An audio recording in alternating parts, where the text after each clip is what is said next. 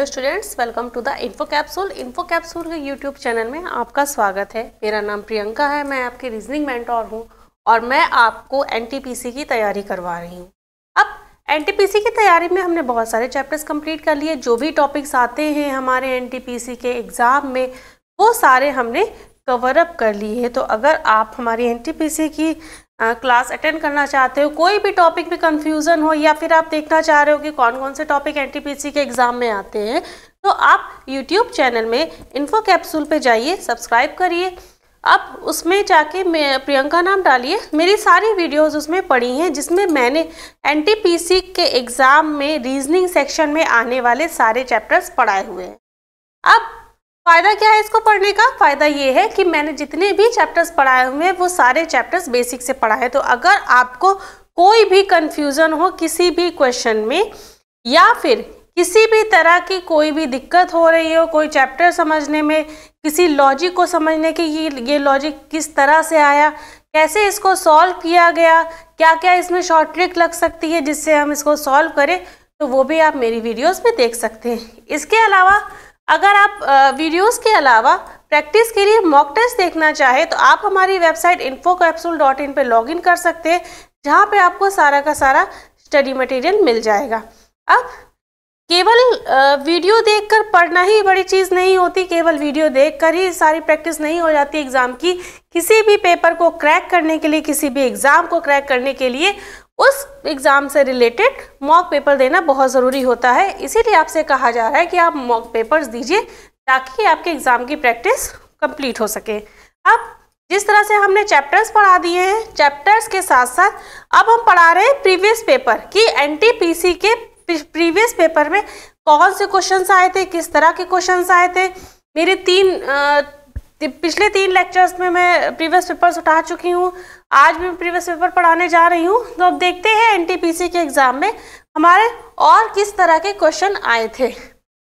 बात करते हैं क्वेश्चन की। क्वेश्चन हमें दिया हुआ है, if in a certain code mango is written as LBLIL then in the same code how monks is in written.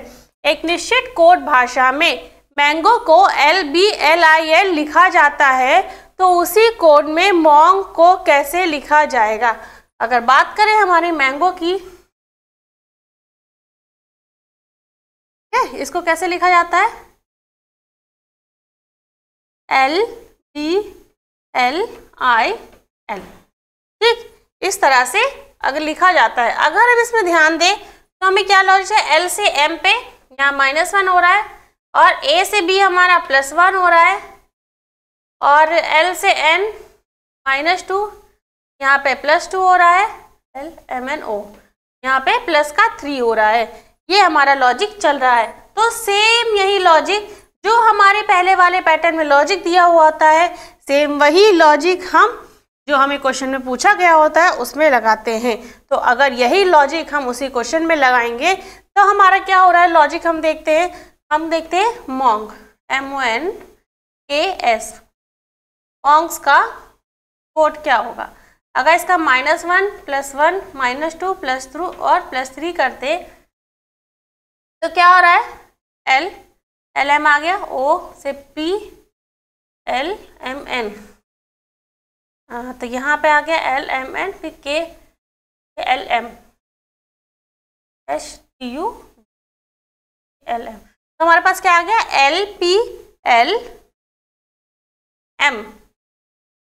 LMNO। Sorry यहाँ पे रॉन्ग हो गया थोड़ा, यहाँ पे हमारा -1 लॉजिक चल रहा है, प्लस का 3 नहीं चल रहा है, सॉरी माइनस का 3 चल रहा है, प्लस का 3 नहीं चल रहा है। तो अगर S का -3 करेंगे तो हमारे पास आएगा PQRS। तो हमारा क्या कोड आ गया, LPLMP। अगर हम ऑप्शंस की बात करें तो ऑप्शन में LPLMP ये हमारे कौन से ऑप्शन में दिया है, ये हमारे ऑप्शन नंबर 1 में दिया हुआ है। तो अगर ऑप्शन नंबर 1 में ये चीज़ दी हुई है तो यानी जिस तरह से मैंगो का कोड हमारा LBLIL हो रहा था उसी तरह से मॉन्ग का कोड क्या होगा, LPLMP। तो इस बेस पे इस क्वेश्चन का आंसर हमारा ऑप्शन नंबर 1 हो जाएगा। अब नेक्स्ट क्वेश्चन की बात करेंगे। नेक्स्ट क्वेश्चन है हमारा, if in a certain code language Madras is coded at NBESBT, how is Bombay coded in that code language. एक निश्चित कोड भाषा में मद्रास को NBESBT कोड किया जाता है, तो बॉम्बे को किस प्रकार से कोड किया जाएगा। अगर हम मद्रास की बात करें, MADRAS, ये हो गया हमारा मद्रास। मद्रास का क्या कोड होगा, NBESBT।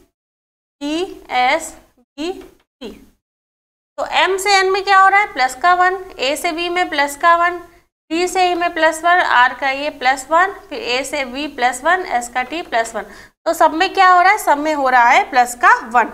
अब देखते हैं बॉम्बे, हमें किसका कोड फाइंड करना है, हमें फाइंड करना है बॉम्बे का कोड।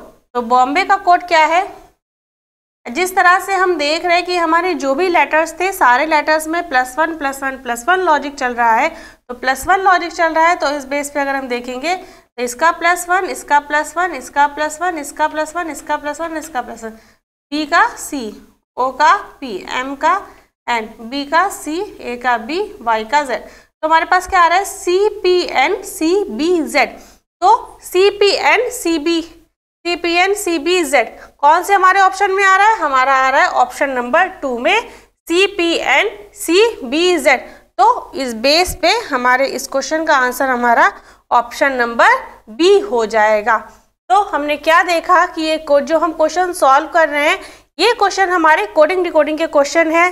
कोडिंग डिकोडिंग पढ़ाया हुआ है मैंने मेरे प्रीवियस लेक्चर्स में। अगर आपको किसी भी तरह का कोई कंफ्यूजन हो रहा हो तो आप मेरी वीडियो देख सकते हो यूट्यूब चैनल पे जाके, वहाँ पे मेरी सारी वीडियोस है जिसमें कोडिंग डिकोडिंग दिया गया है। तो ये भी हमारा कोडिंग डिकोडिंग था। इसमें हमारा लॉजिक क्या चल रहा था, प्लस का 1 प्लस का 1 प्लस का 1, सारे के सारे लेटर्स में प्लस का 1 चल रहा था सीधी लेयर पे, यानी एम जो लेटर हमारा यहाँ पे है उसी के सामने ये है, और जो यहाँ है उसके सामने ये है, जो यहाँ है उसके सामने ये है, उसी तरह से आगे सब लेटर्स दिए हुए हैं। अब ये हो गया हमारा क्वेश्चन। नेक्स्ट क्वेश्चन की बात करें, if rose is coded as sorry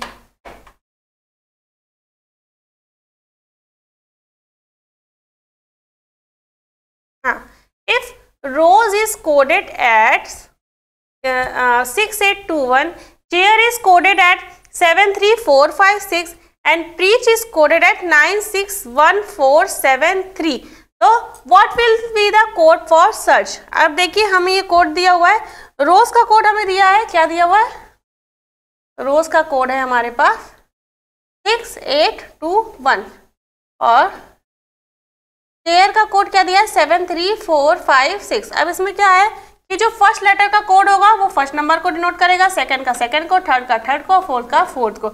उसी तरह से सी में भी यही होगा, क्योंकि अगर हम मैच करके देखें ये चीज़ जो हम सोचे वो सही है कि नहीं। देखिए यहाँ पे हमें आर का कोड क्या दिया हुआ है 6 दिया हुआ है, और यहाँ पे सबसे लास्ट में हमारा आर दिया हुआ है, तो आर का कोड यहाँ पे क्या है 6। तो इसी तरह से हम इसको सॉल्व कर लेंगे। हमें फाइंड करना है सर्च का कोड। तो अगर सर्च की बात करें तो सर्च में अगर हम एस को देखें तो यहाँ पे एस हमारा थर्ड नंबर पे है, यहाँ पे थर्ड नंबर पे कोड क्या हो जाएगा 2। ई का कोड क्या है, ई हमारा यहाँ पे फोर्थ नंबर पे, ई का कोड हो गया 1। ए का कोड हमारा फोर्थ नंबर पे, यहाँ पे आ गया 4। आर का कोड हमारा 6 और सी हमारा फर्स्ट नंबर पे है, तो ये हो गया 7। और एच हमारा सेकेंड नंबर पे, तो इसका कोड आ गया 3। तो हमारा कोड क्या आ गया 21463। तो हम क्या देख रहे हैं, इसमें सर्च का कोड क्या आ गया, हमारा सर्च का कोड है 214673। अगर ऑप्शंस की बात करें तो ऑप्शन हमारा बी हो जाएगा इसका आंसर। कई सारे स्टूडेंट ये सोचे कि मैम आपने जो बताया था उसमें था कि जो हमारा लेटर दिया है वो सिंबल वाले में ऐसे लेते, नहीं तो ज़रूरी नहीं है, नंबर्स में भी ले सकते हैं। जब कभी नंबर्स, अब देखिए यहाँ पे हमें total number of letters number कितने थे, टोटल 4 दिए हुए हैं, तो यहाँ पे भी 4 है, टोटल 5 लेटर्स है, इसमें 5 कोड है, टोटल 6 है, तो यहाँ पे 6 कोड है। तो हमने देख लिया। एक बार हम राउंड ऑफ वैसे भी चेक करके देखते कहीं डायरेक्टली कोई कोड तो नहीं दिया। अगर डायरेक्टली कोड नहीं दिया होता है तब हम लॉजिक फाइंड करते हैं कि क्या लॉजिक लगा है। अगर हमारा डायरेक्टली कोड फाइंड हो रहा है तो हमें लॉजिक सर्च करने की कोई ज़रूरत नहीं है, बस देखिए जब इसमें हमने देखा तो रोज से और चेयर से, केवल इन्हीं दोनों से हमने फाइंड कर लिया कि ये जो कोड दिया है ये केवल डायरेक्टली ही कोड दिया है, इसमें कोई भी लॉजिक वगैरह नहीं लगाया गया है। तो इसीलिए अगर प्रीच की बात करें तो इसमें प्रीच से हमने अगर फाइंड कर लेते, जैसे आर का कोड हमने 6 देख लिया था, प्रीच में पी आर भी हमारा सेकंड नंबर पे है, वो हमारा 6 कोड आ गया। फिर इसी तरह से अगर हम देखते हैं तो हम मैच करते जाते हैं, अगर कोड हमारा डायरेक्टली दिया हो तो डायरेक्टली सॉल्व करेंगे, अगर हमारा कोड डायरेक्टली नहीं दिया हो तो उस केस में हम डायरेक्ट ना सॉल्व करके हम लॉजिक फाइंड करेंगे कि हमारा क्या लॉजिक लगा है क्वेश्चन में। तो ये हो गया हमारा कोडिंग का क्वेश्चन। अब नेक्स्ट क्वेश्चन की बात करते हैं। नेक्स्ट क्वेश्चन है हमारा sorry, if z is equal to 52 and act is equal to 48 then bat will be equal to. अब देखिए हमें कोड दिया हुआ है z का कोड हमारे पास क्या है 52, ठीक। फिर हमें बोला गया है एक्ट का code a c t, act का कोड है 48, ये हमें कोड दे दिया। हमसे पूछा है बैट का कोड। अब देखिए जैसे हमने प्रीवियस पेपर में प्रीवियस क्वेश्चन में हमने सॉल्व किया था, उसमें हमने कहा था जैसे हम डायरेक्टली सॉल्व करके देखते हैं तो z है, z यहाँ पे हमारे पास एक लेटर दिया, यहाँ पे हमारे पास 2 नंबर दिए, यानी इसमें कोई ना कोई लॉजिक चल रहा है।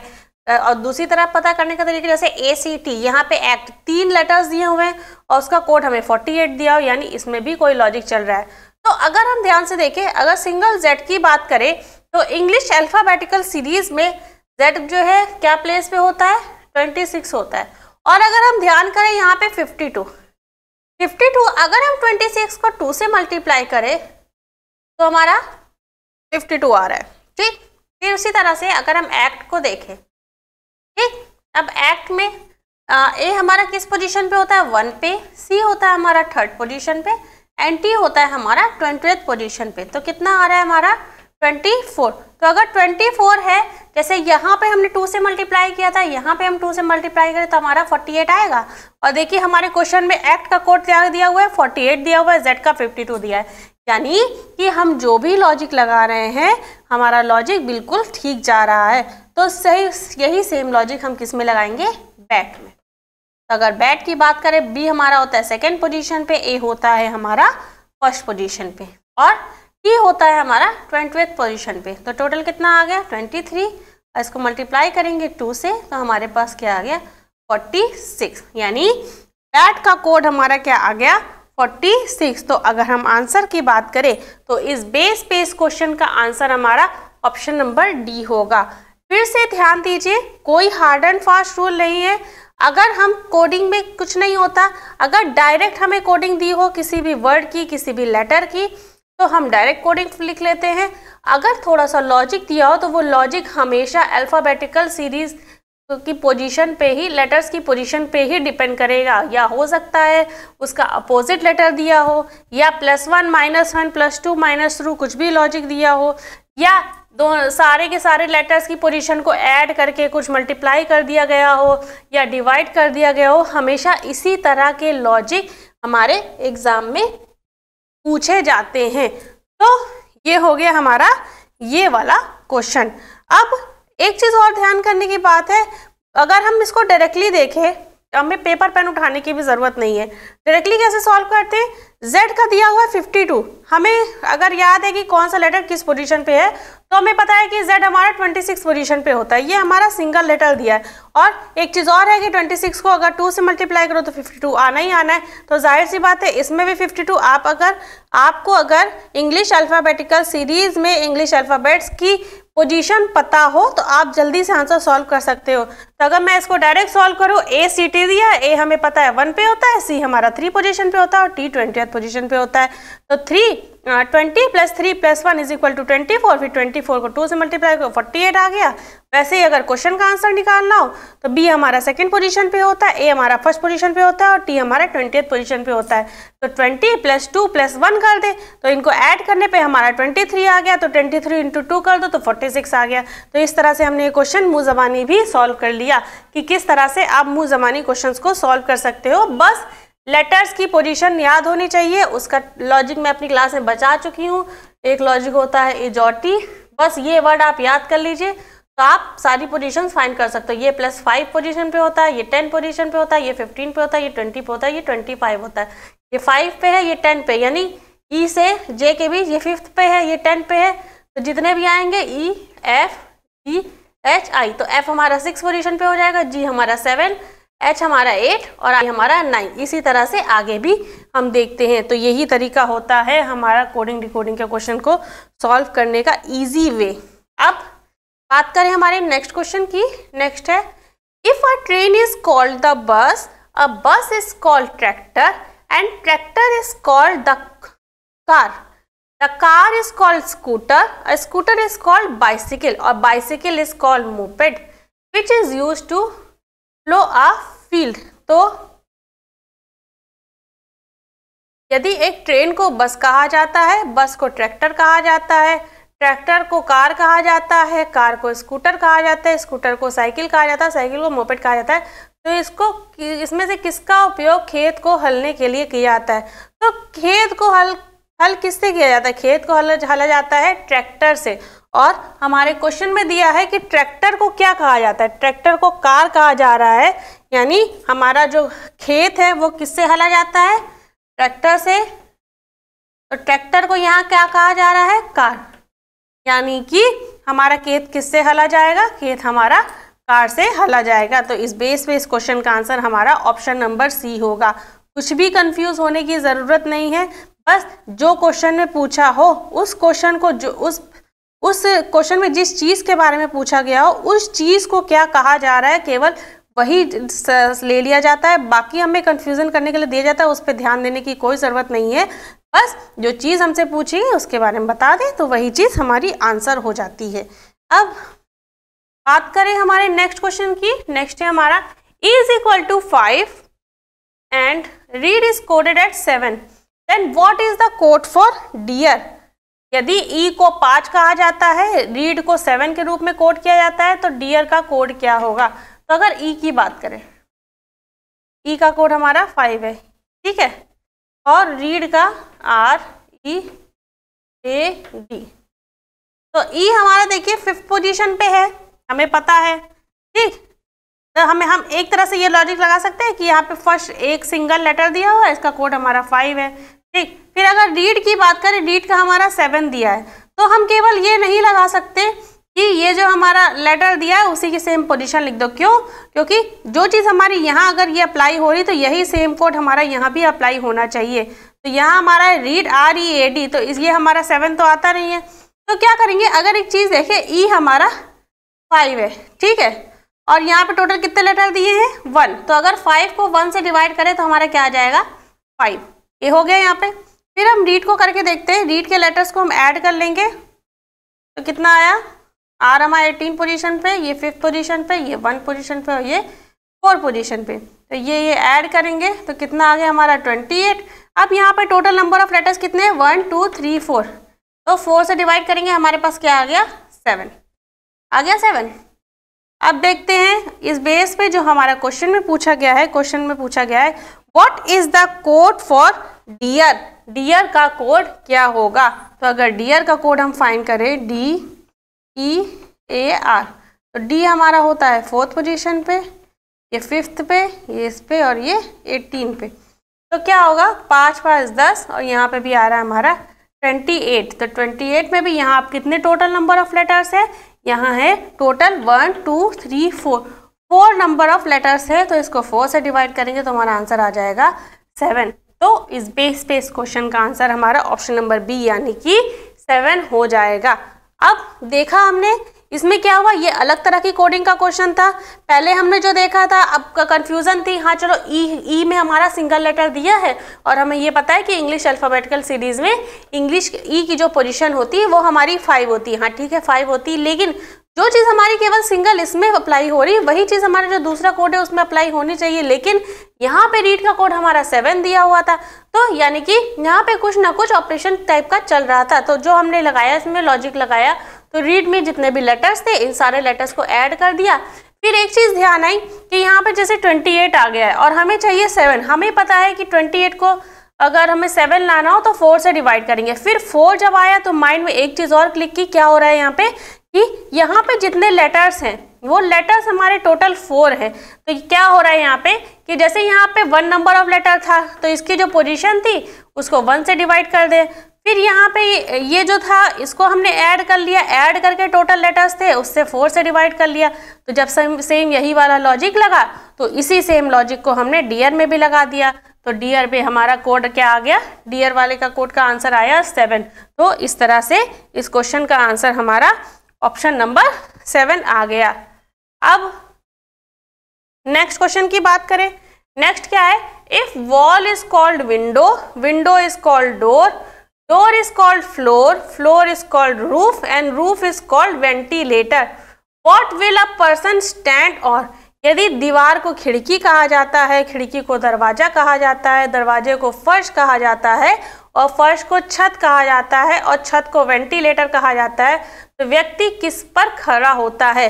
अब कोई भी पर्सन अगर स्टैंड करता है तो वो कहाँ खड़ा होता है, फर्श पे यानी फ्लोर पे खड़ा होता है। तो अब हम देखेंगे, हमने बोला था जिस चीज के बारे में पूछा जाए केवल हम उसी चीज को ध्यान देंगे। तो हमसे पूछा गया है किस चीज पे कोई पर्सन खड़ा होता है, तो पर्सन खड़ा होता है फ्लोर पे और फ्लोर को कहा जा रहा है, फ्लोर को कहा जा रहा है, फ्लोर इज कॉल्ड रूफ यानी फर्श को छत कहा जा रहा है। तो वो व्यक्ति कहाँ खड़ा होगा, व्यक्ति खड़ा होगा छत पे, तो छत पे खड़ा होगा। तो इस तरह से इस क्वेश्चन का आंसर हमारा ऑप्शन नंबर 1 हो जाएगा।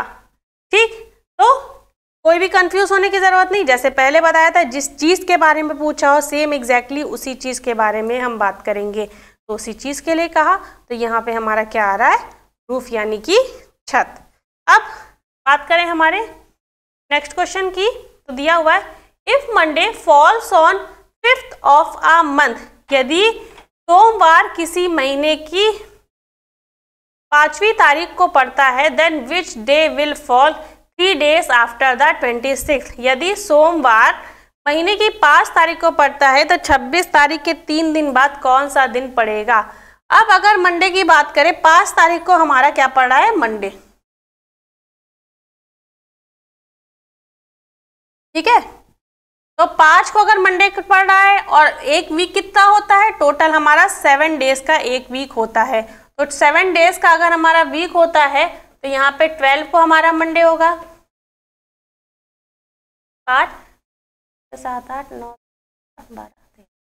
अगर देखिए 5 को हमारा मंडे है और डिस्क्राइब कर दें डिटेल में, कई सारे स्टूडेंट्स को कैलेंडर में दिक्कत होती है, कैलेंडर के एग्जाम क्वेश्चंस में Monday, Tuesday, Wednesday, Thursday, Friday, Saturday, Sunday, ठीक है।